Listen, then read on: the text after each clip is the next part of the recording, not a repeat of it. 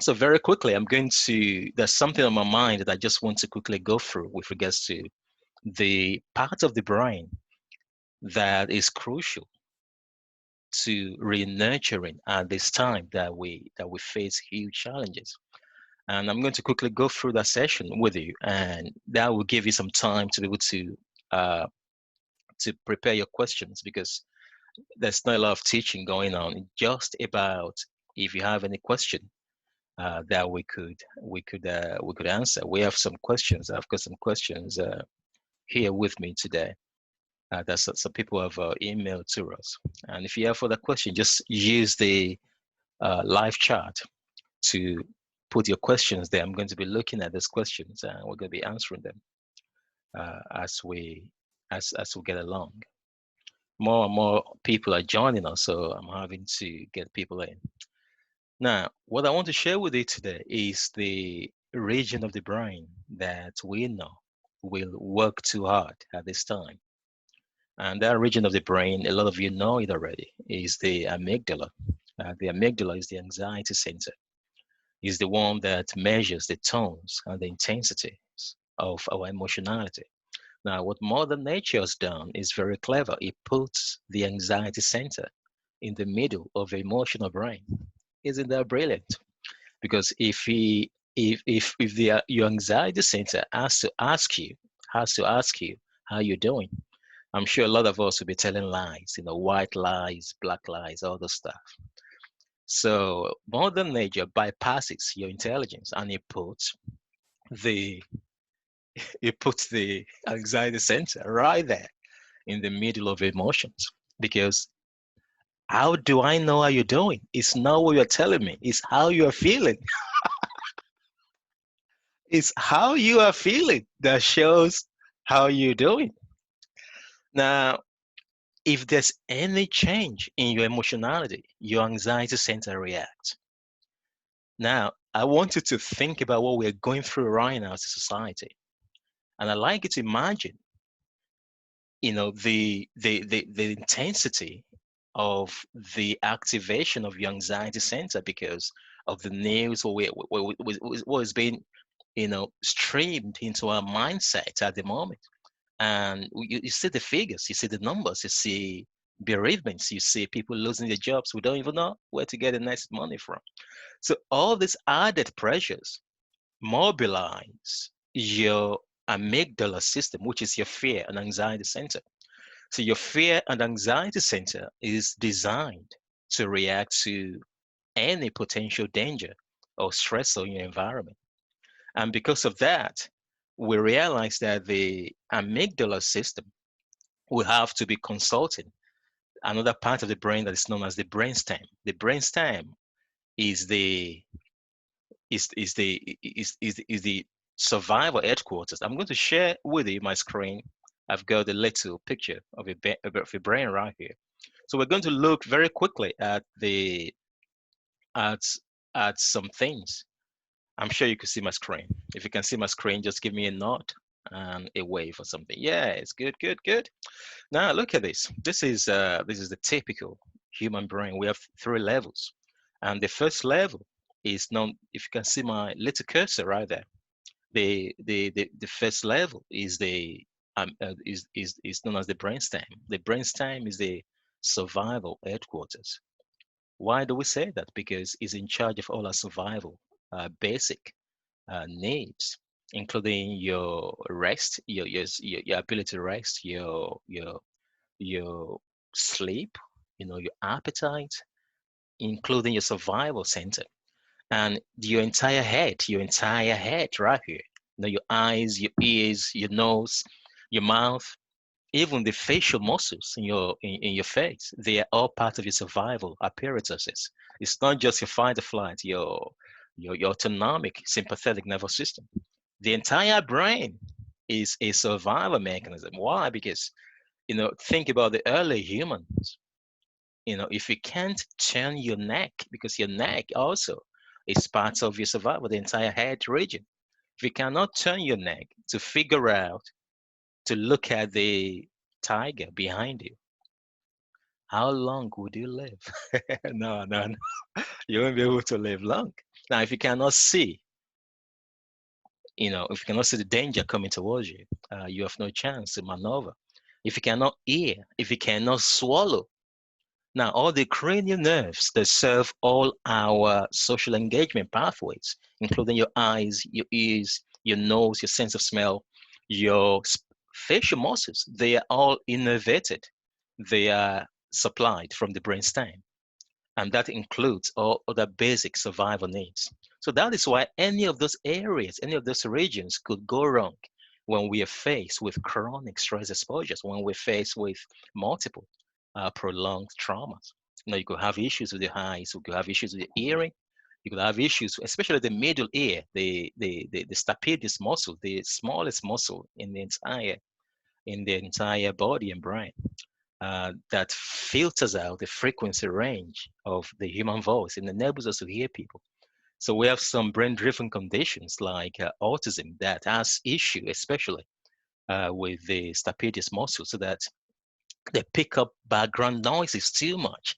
And it's like a lot of them will have to switch off. That's one of the reasons why they don't engage socially, because there's so much information, there's so much background noises being picked up because of the flaccidity of the stapedius muscle. And all those pathways are innervated from your brainstem. So your brainstem is the survival headquarters, and it's is the one that now instructs your amygdala.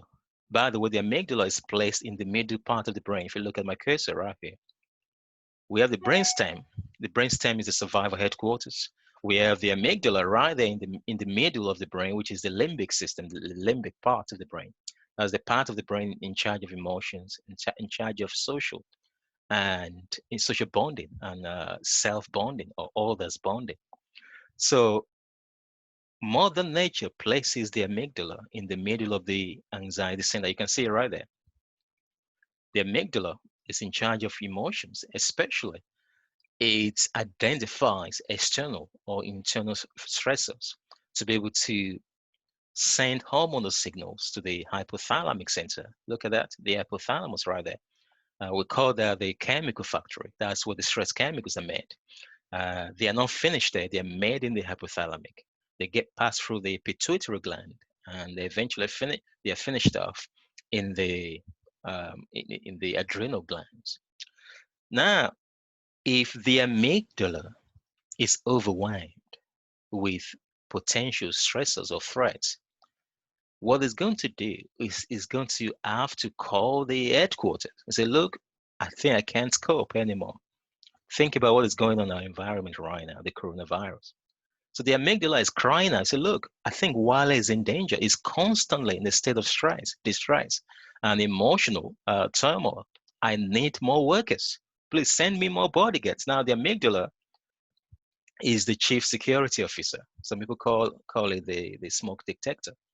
We call it the chief security officer. So it's calling the headquarters, please send me more workers because while it requires more protection, and they say, okay, no problem, we'll send in more workers. So studies have shown that the amygdala system right there increases in volume as the nature of our stressors intensifies. So, for example, if you have anxiety or you have some underlying mental health situations, chances are if we measure your the gray matter within your amygdala system using functional brain scans is going to be bigger than the normal average unless you have CPTSD. Somehow, studies have shown that complex PTSD will make the amygdala to shrink, but it's going to make its functionality to work too hard. So you have smaller gray matter in the amygdala system, but you have an amygdala, even though it's smaller in size, is micromanaging your entire mind and body. So what does that mean? That means that if the amygdala has lost the overall real estate that's supposed to help it to be able to regulate you better. So it's smaller in size, but it's going crazy on you. It's micromanaging every single emotion and your behavior.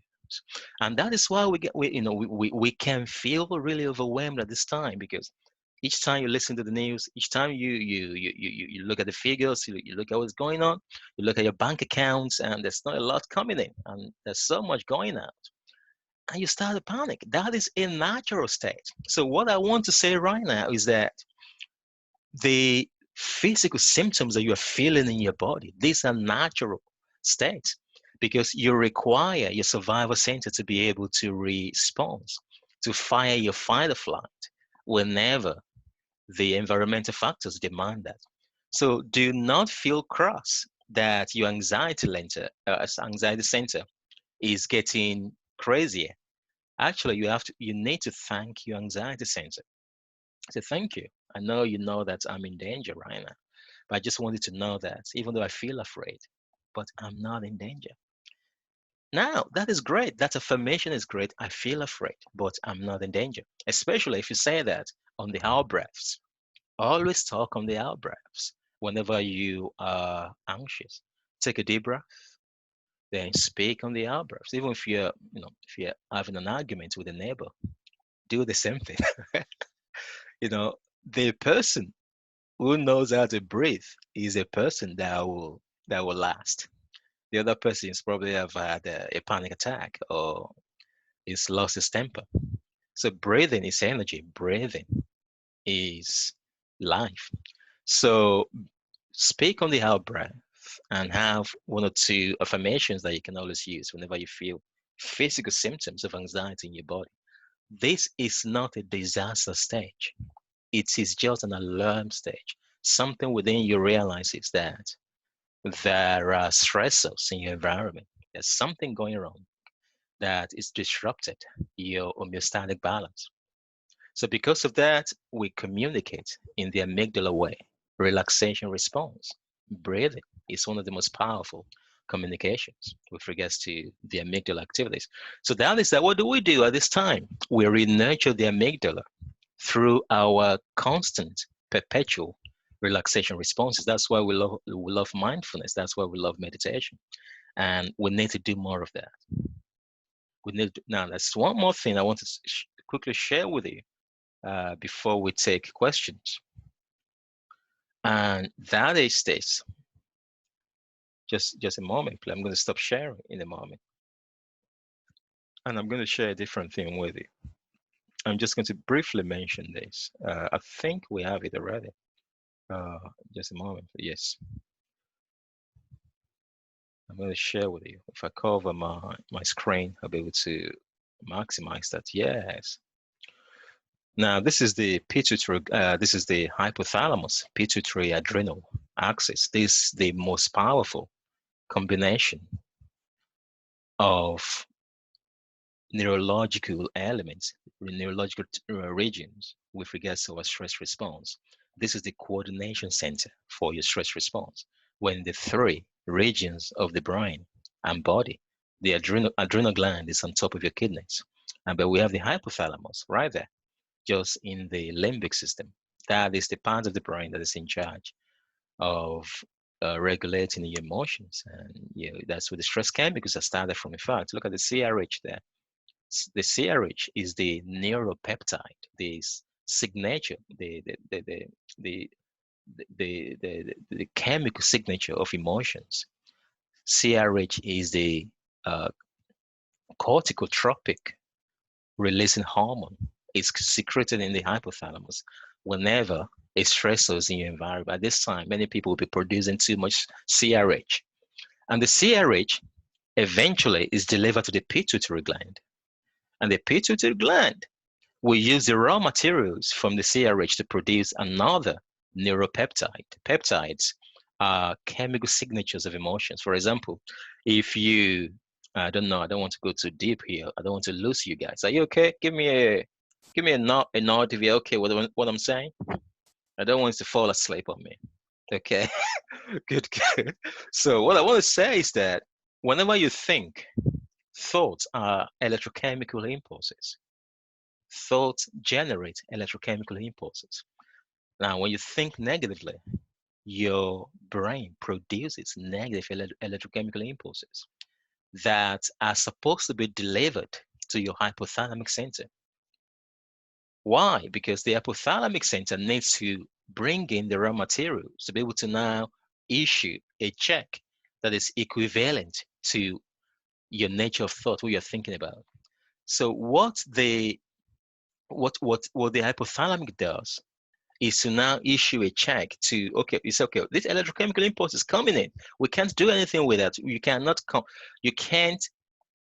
connect with the neurons or with the cells at the cellular level with those electrochemical impulses. They have to become something else so that we could be able to communicate what you are thinking. And it brings in the raw materials, your electrochemical impulses, and it issues in return peptide. Neuropeptides are chemical signatures of emotions. So they represent what you are thinking about, but in a different form. So, and those peptides have the ability to go through the cells in the body. We have over a trillion cells in the body to communicate with them, to actually enter their nucleus, to start to help to upregulate or downregulate their DNA sequence. So that means that's why we ask people, don't think negatively for too long. If you think too negative, your entire cells are now, are now being informed about that. And if you think too negatively too much, your cells are protein making machines. They make proteins, and your entire body and mind, your entire being is made of protein.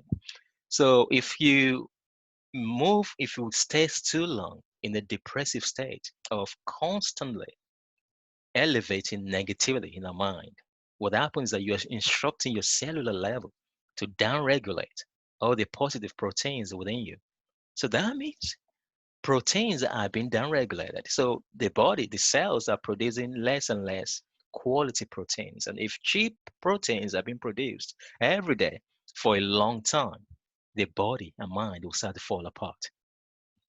And that is why it's incredible to help your amygdala, not only your amygdala, to think about your hypothalamic pituitary adrenal pathway, because that is very important. They depend on your thinking.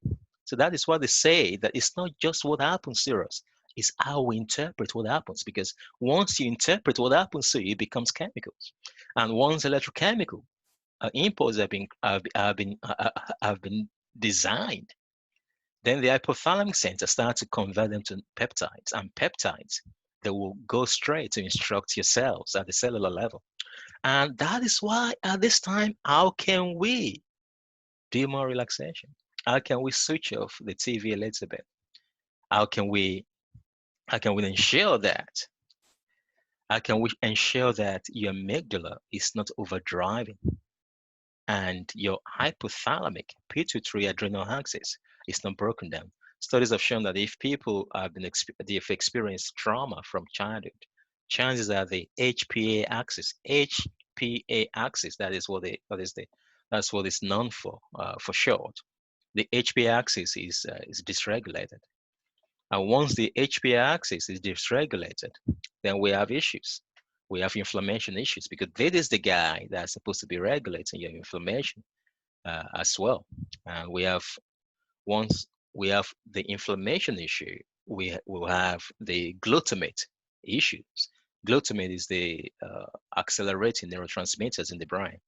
And if you have too much glutamate, it will start to excite the neurons, excite the neurons to death. And we have what is known as excitotoxicity. The neurons are firing too much in the brain, and it's like they dance to their death, basically. Imagine if somebody is dancing and they've commanded them never to stop. Eventually, they're going to drop down and drop dead. That's what the neurons in the brain will do when they are overexcited by the excitatory neurotransmitters. And that is as a result of the fact that the hypothalamic pituitary pathway, adrenal pathway, that's supposed to regulate your glutamate reactivity in the brain and the body, is being disrupted. So, but we can start to correct this if we continue to send constant, constant relaxation responses to our being, our body. You might not like it. You might not like relaxation. Maybe it actually triggers you if you've had prolonged and and repeated traumas. Sometimes some of our clients will say that Relaxation triggers them. But that does not mean that you cannot benefit from it. It's just that the body cannot withstand the present moment, because the present moment has become the trigger for their PTSD. But that does not mean that relaxation is not helpful. Just like, maybe you don't like swimming cold in a cold pool or cold sea. You don't like it. But that does not mean that it cannot be beneficial if it's a very, very warm day. They drag you to the pool. Say, okay, it's a cold pool. We don't have the money to heat the pool. But it is boiling. The sun is all over the place. Now get in there. You said, no, no, no, no, no. You put your foot or your hand, whatever, in there. You said, no, no, no, I'm not going there. And somebody said, oh, you're going to swim. And they drag you into the pool. And before you know it, your hypothalamic system, the same guy that I've been talking about, start to readjust your internal homeostatic relative to your external environment. And before you know it, you start to feel good. Oh, I'm enjoying this.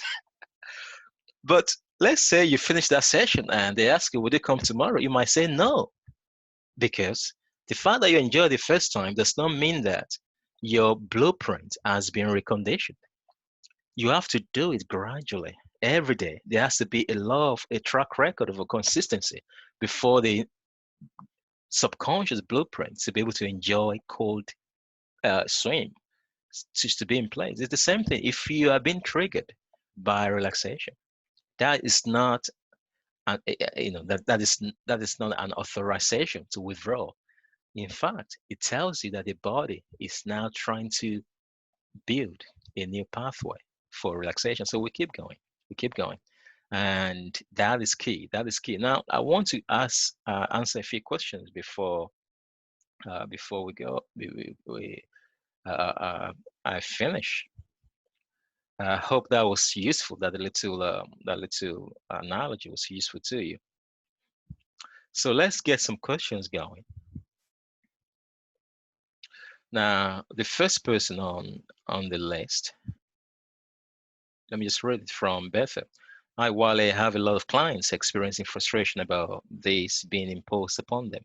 How can we support the brain and awareness through these stuck feeling?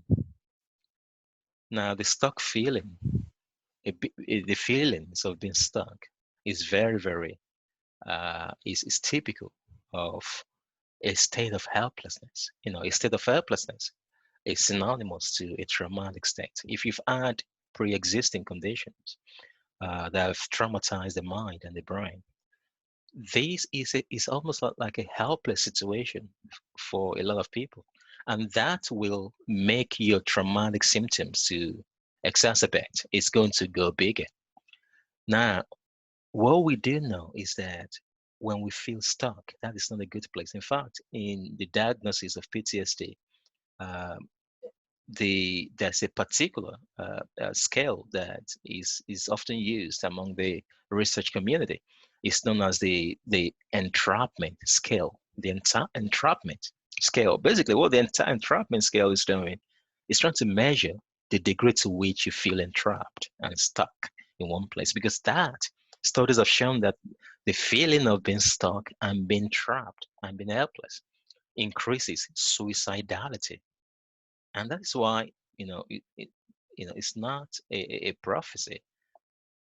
People will experience that. They will experience suicidal ideation, especially because they're locked up.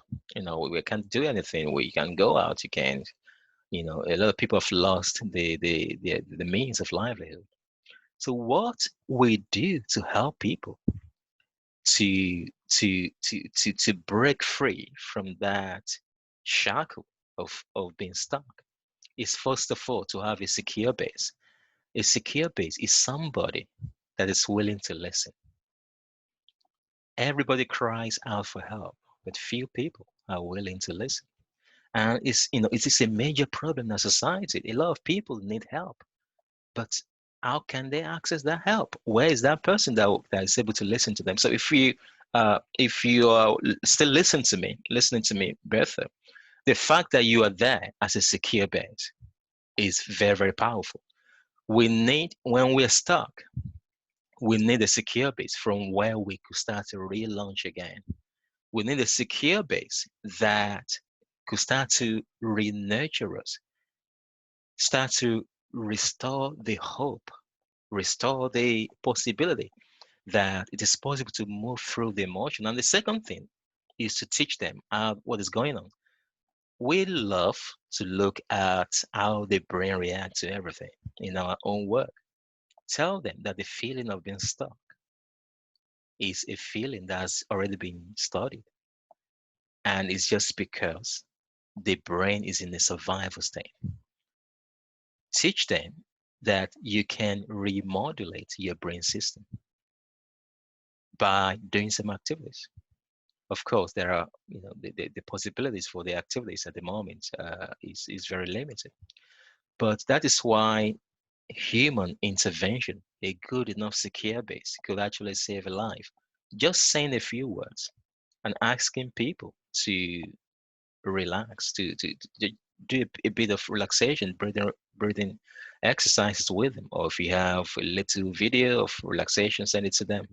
But constant, conscious contact with people who are vulnerable could actually save life at this time, by phone, by text, by email, whatever, whichever way you want to get across to people to feel stuck. And I also ask them to do as much exercise that they can possibly do.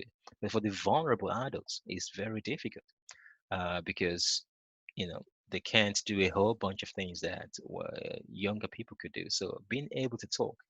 In fact, we are looking for a whole bunch of people who could help us. Who could talk to some of the people that are getting in touch with us. So that is that. Uh, we can move through a state of being stuck at this time by having a good enough secure base. Now I'm going to get another question going. Now my question, another one here for later would be how best to manage strong feelings of uncertainty during this time. Now, how can we manage the feelings of uncertainty during this time? Now, well, we do know that the amygdala system that we've looked at doesn't like uncertainty. The amygdala is obsessed with routine. It's got OCD about rituals. So anything that is different from what it knows already or what it does, what is fought all its life to be able to organize. Even he organizes your personality as well. No, don't do that. Don't do that. Behave like this when you get into the middle of town. Behave like this if you're in the midst of your friends. So it's already figured your life out. So the last thing that the anxiety center requires or wants is uncertainties. So uncertainties drive the amygdala system crazy. Now, what we need to understand that the amygdala has what we know as the precognitive measure, the precognition, the precognitive effect. So that means before you think it, the amygdala has anticipated it. So that is why you have a panic attack sometimes, even though your thinking brain is calm, is cool, but the body seems to be having a survival experience with regards to your fight or flight, your stress chemicals, cortisol, and adrenaline. So somehow the anxiety center predicts that something is cooking up and need to prepare you first. And because of that, we experience anxiety before the things in our environment actually becomes the problems in our environment become obvious. Now, what we do is that we re-nurture the amygdala. I'm going back to the same thing that I've mentioned before by letting the amygdala know that it's okay not to know everything. It's okay not to have control over everything, but you are still in relaxation. We need to reprogram the amygdala system through constant relaxation responses. Many people don't do this enough. In our own work, we give people meditations and mindful breathing exercises to do for at least 21 days. It takes time to be able to recondition the amygdala system. It doesn't just happen overnight. You can't just do it for 2 days and go, and just do other things for the rest of the day or the rest of the months and years without doing it and expecting a bigger result. Every single day should be an opportunity at least for between 5 to 15 minutes to re-nurture the amygdala through the relaxation response meditation. Now, we made I personally took some time out to actually make uh, a, an exclusive meditation for our followers. The before we I think before we had the lockdown. And if you go on our website, you see a full meditation with a script. If you're a therapist, listen to me, you could actually adapt the script. In fact, I'm going to show you. Uh, Let me just share my screen with you again. I'm going to show you where it is. Now, this is our website, mindbodybreakthrough.net. Mindbodybreakthrough.net. Now, if you look right here, these are some of the blog posts that have come through to the main page. Now, that was actually relevant. If you actually listen to that, that's great. A lot of people have found that very useful. I was interviewed by the Time to Glow podcast on COVID-19, anxiety, and how we could cope. And this is also a podcast from myself about protecting your mental health against the effects of COVID-19. You'll get some information and ideas from there. Now, this is where I'm going right here. The meditation to ease COVID-19 OCD and anxiety. If you're watching me right now, one of the questions that have come through was someone who struggles to actually go outside of the door right now. Even though you could go to your garden, you're allowed to go to your back garden or front garden, whatever you have. Some people can't even step outside of the house anymore because of the OCD situation that is extremely intense. So if you're watching me, you want to go on the mindbodybreakthrough.net and you want to access this special meditation that I did. Now, if you click through this, you will see if it's working. I think it should work, unless the children have taken out the Wi-Fi downstairs. so now look at this. This is the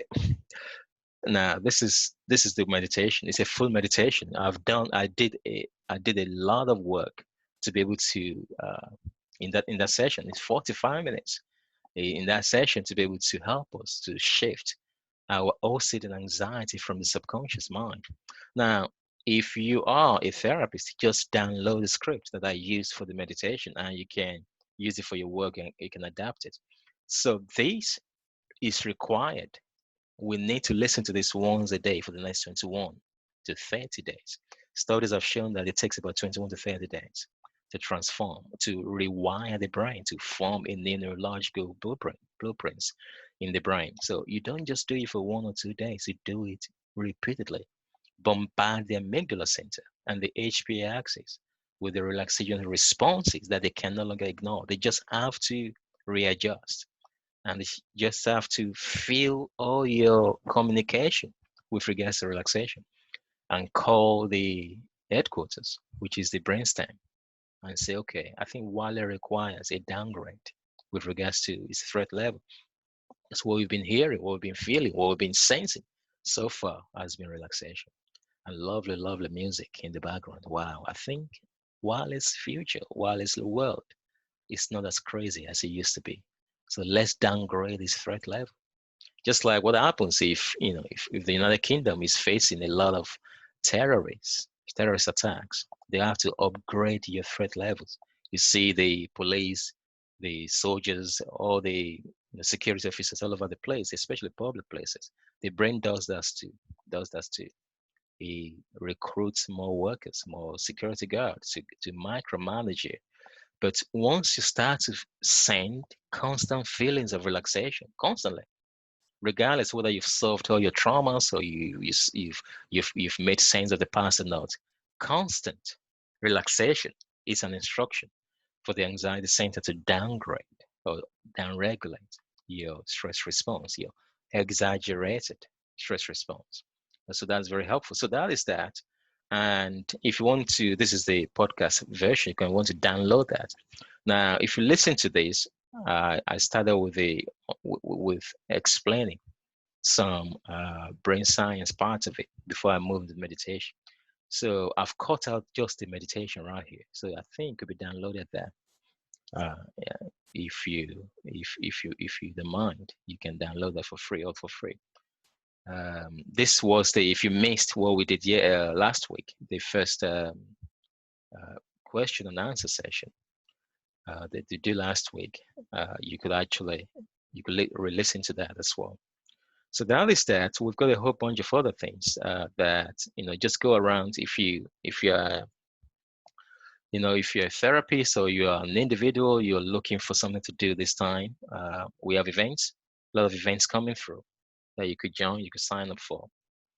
And we have online courses that you could take. We have books that could complement what we're doing today. So that is that.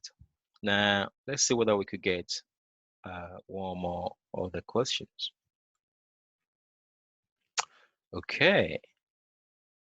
Now struggling. Somebody is asking this question. Struggling to telephone my mom even more now during COVID due to her controlling ways with me.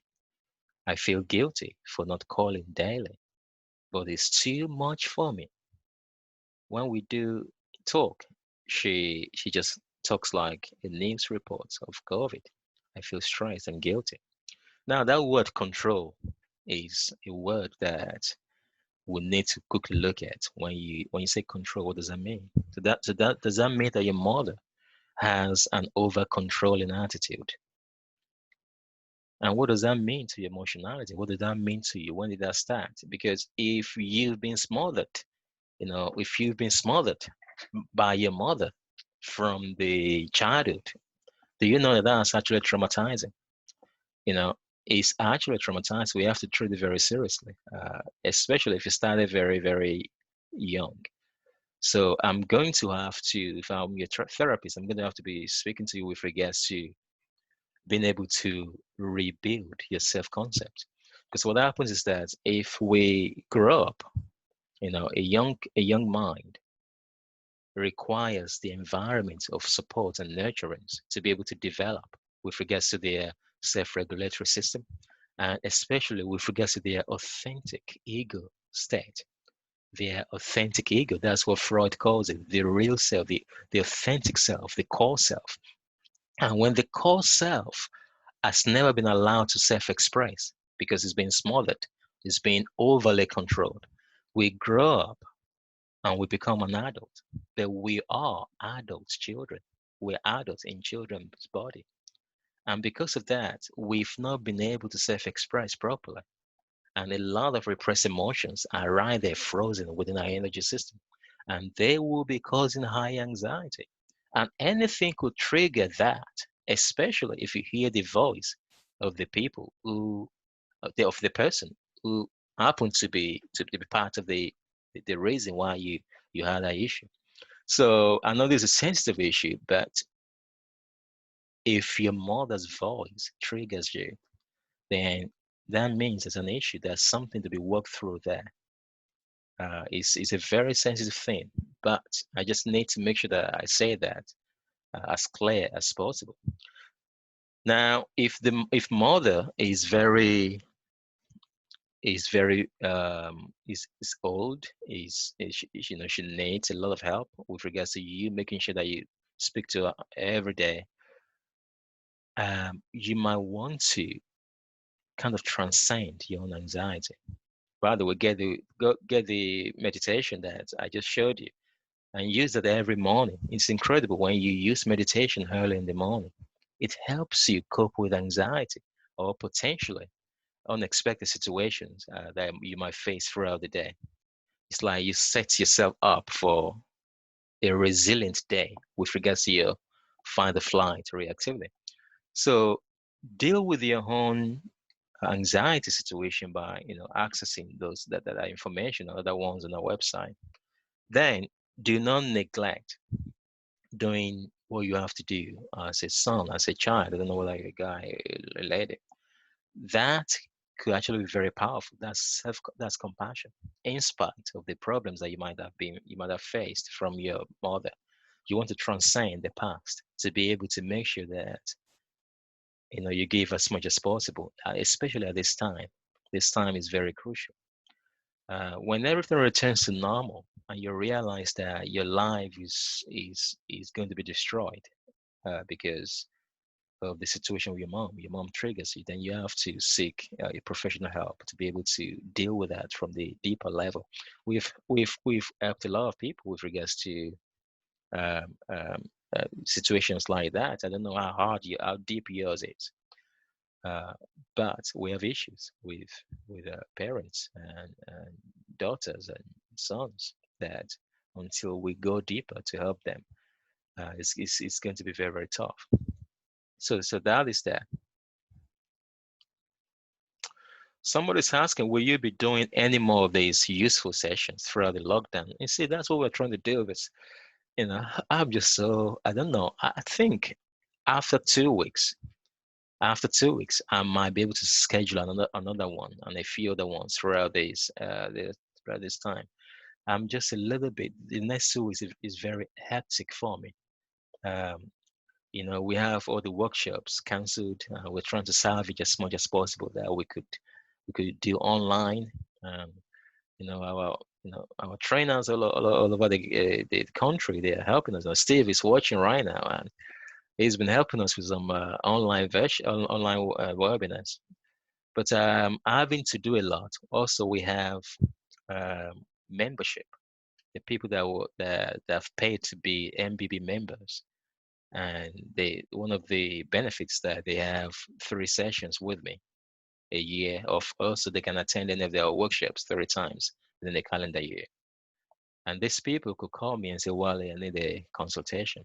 Uh, and all those things will fill, will fill my time.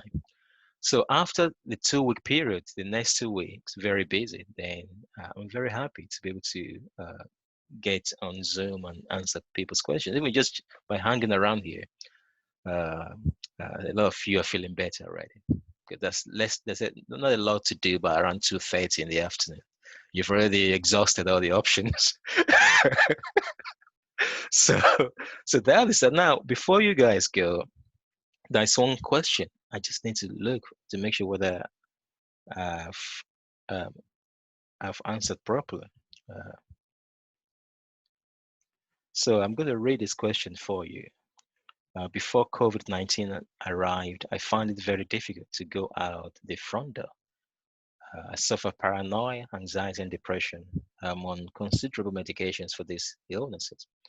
I have experienced mental health issues since very young. So it has changed as years passed. When I was below 30, I was extremely manic and dangerous most of the time, but now mostly as above. When lockdown came, in some ways I felt relieved suddenly because others' health issues going outside is forbidden. Relief to my depression, anxiety, and paranoia. After a short time, I realized this was not good. So my question is, how the sorry, I won't say that. There's a bit of a swearing going on there.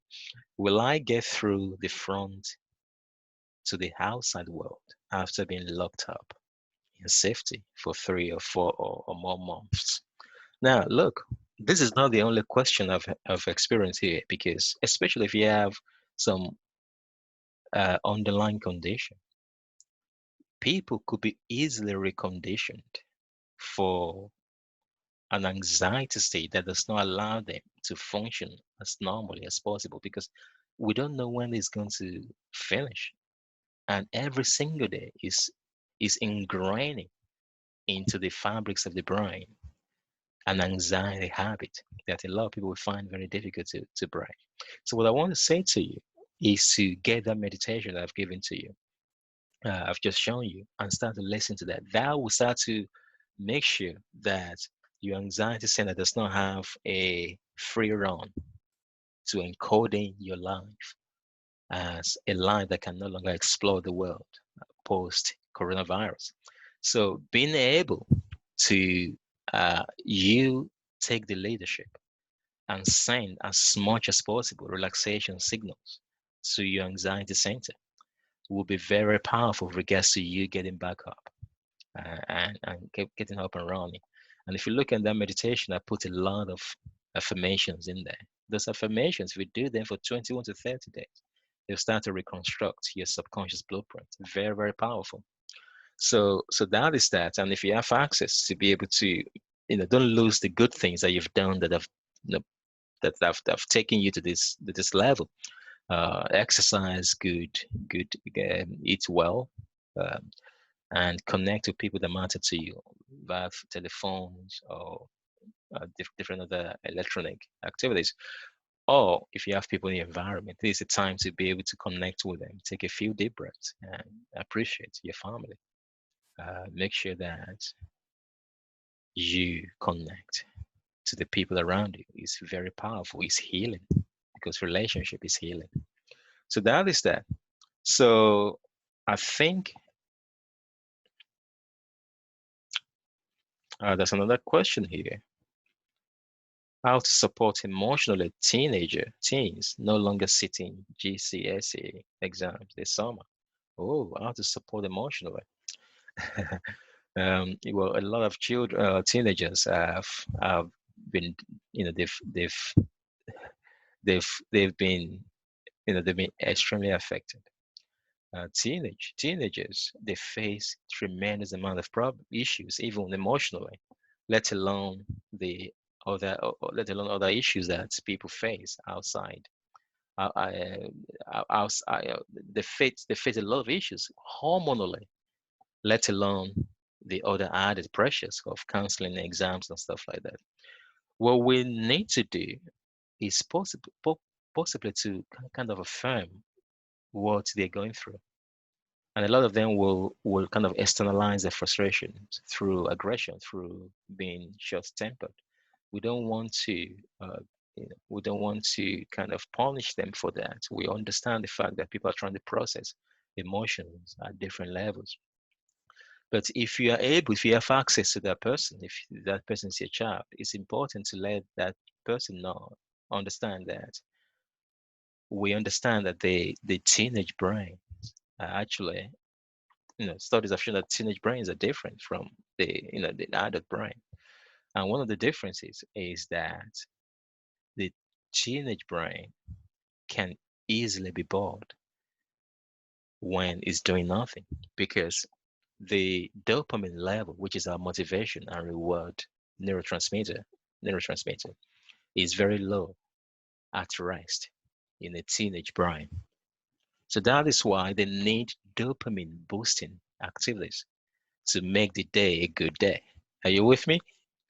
For example, as an adult, the dopamine level at rest is normal, it's bigger, it's much more than the dopamine level at rest in a teenage brain. So you can sit down as an adult in your own couch and stare at the ceilings for 2 hours, just smiling in between times. And your children will be thinking, what's that? Is that very interesting? You say, yes, it will be interesting to you when you reach my age. So, but what happens is that once, now this is a very key difference. Now, once a teenage brain does anything that is dopamine stimulating, they overproduce dopamine than when an adult does something that is dopamine stimulated. So what does that mean? It means that a teenage brain is more likely to seek a reward, to be able to seek wanting to do that thing again because of the dopamine is overproduced. So now they are suffering from dopamine depletion. School is extremely dopamine generating for a lot of kids, even though a lot of them will not admit it, especially, meeting their friends and a lot of activities, the studies, and a lot of things that even though some of them don't like the studying, but the entire package is part of their life now. So now they are stuck in the house. So they need to manage their neurochemicals in the brain. So just explaining things like that to them, children understand this thing, can start to help them to understand that when you need more dopamine, we need to look up. We look at other activities that we could do in the environment. to readjust the homeostatic. The homeostatic balance has been disrupted. So there's not a lot of counseling you could do to them without moving them. Movement has to be involved. You have to figure out activities that could kind of shift their moods and produce some dopamine. And if dopamine is uh, is is is is not being produced properly, we have other essential neurotransmitters that are supposed to modulate anxiety that will not be produced. For example, your norepinephrine, which is which is the primary neurotransmitter for your sympathetic nervous system, will not be produced because the norepinephrine is secreted from dopamine. So norepinephrine is supposed to help with your stress response. So they might have more anxiety. So look for some creative activities. First of all, teach them about the brain science of things. And let's look at a few things that we can design together that could help us to rebalance our homeostatic imbalance. So guys, this was supposed to be like 30 minutes. I think it's 1 hour already. So it's wonderful sharing with you, Swala Ladipo. I hope this session has been useful to you guys. A lot of other people are watching online. We're posting this on Facebook. We're streaming this on Facebook. So watch out. In 2 weeks' time, I'll actually check my diary. I had another date. If you feel like some people that you know might benefit from this session, especially if they have some questions, they could send us their questions, or they could just come online and post their questions on the live chat. So it's Wale Oladipo. I hope this has been wonderful. Thank you so much, you guys, for joining us. And if you like this, please help us to review our Facebook page, mindbodybreakthrough.co.net. MindBody Breakthrough. If you just search MindBody Breakthrough Facebook page, so some of you know you've been there already. Click the review and say that you attended the online question and answer session. You found it useful. Other people will be able to read that and also join next time. So all the very best. Is Wale signing off. Thank you so much. Thank you, everyone. Good. Speak to you soon. Bye bye.